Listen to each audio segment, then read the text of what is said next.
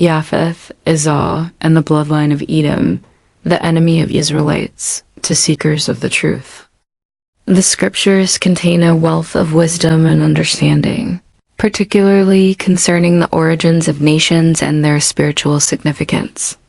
Today we delve into the bloodline of Yapheth, Esau, and the Edomites, uncovering their enmity with Yisrael and specifically the tribe of Yahudah. Yapheth, a foundational figure. Yapheth, the third son of Noah, became the progenitor of many nations.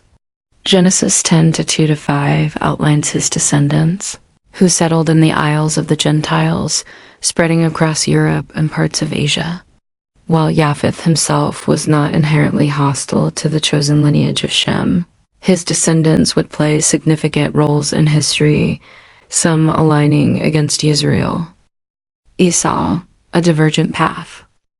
Esau, the elder son of Yitzhak and Rivkah, stands as a pivotal figure in understanding the Edomite lineage. Unlike his twin brother, Jacob, who was chosen to carry the covenant of Yahweh, Esau chose a different path. Esau's rejection of his birthright, Genesis 25:29-34, and blessing, Genesis 27:30-40, marks a spiritual turning point. His descendants would come to embody rebellion against Yahweh's chosen people, driven by Esau's deep-seated resentment.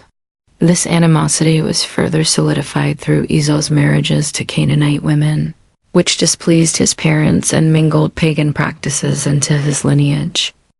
The bloodline of Edom, a rising adversary.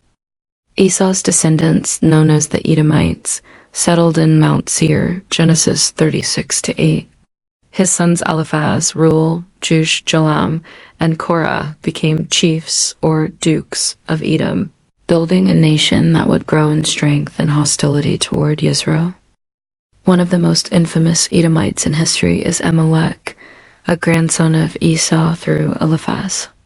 Amalek became the progenitor of the Amalekites, a people who attacked Israel during their exodus from Mitzrayim, Egypt, Exodus 17-8:16.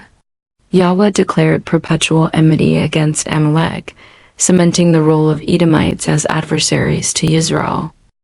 Edom's role in the scriptures. Throughout the Tanakh, the Edomites emerge as consistent enemies of Yisrael. Notable instances include Numbers 20:14-21. Edom refuses to let Yisrael pass through their land during the Exodus. 1 Samuel 14:47. King Saul battles against Edom. Psalm 137-7. Edom is remembered for cheering the destruction of Jerusalem, urging the Babylonians to tear it down to its foundations. Obadiah 1, a prophetic book entirely dedicated to Edom, condemning their pride and violence against Yisrael and foretelling their ultimate downfall. Edom and Yahudah. The clash intensifies. The tribe of Yahudah, from which Yahushua HaMashiach descended, holds a significant place in Yisrael's history and spiritual destiny. The enmity between Edom and Yahudah is emblematic of the broader conflict between those who follow Yahweh's covenant and those who oppose it. Edom's ultimate destruction, as foretold in Obadiah 1:18, reflects the triumph of righteousness over rebellion. The house of Yahudah and the house of Yisrael are prophesied to rise and reclaim their inheritance, while Edom is consumed. The spiritual lesson. For seekers of the truth, the story of Esau and the Edomites serves as a cautionary tale. It reminds us of the consequences of rejecting Yahweh's covenant and embracing bitterness and rebellion.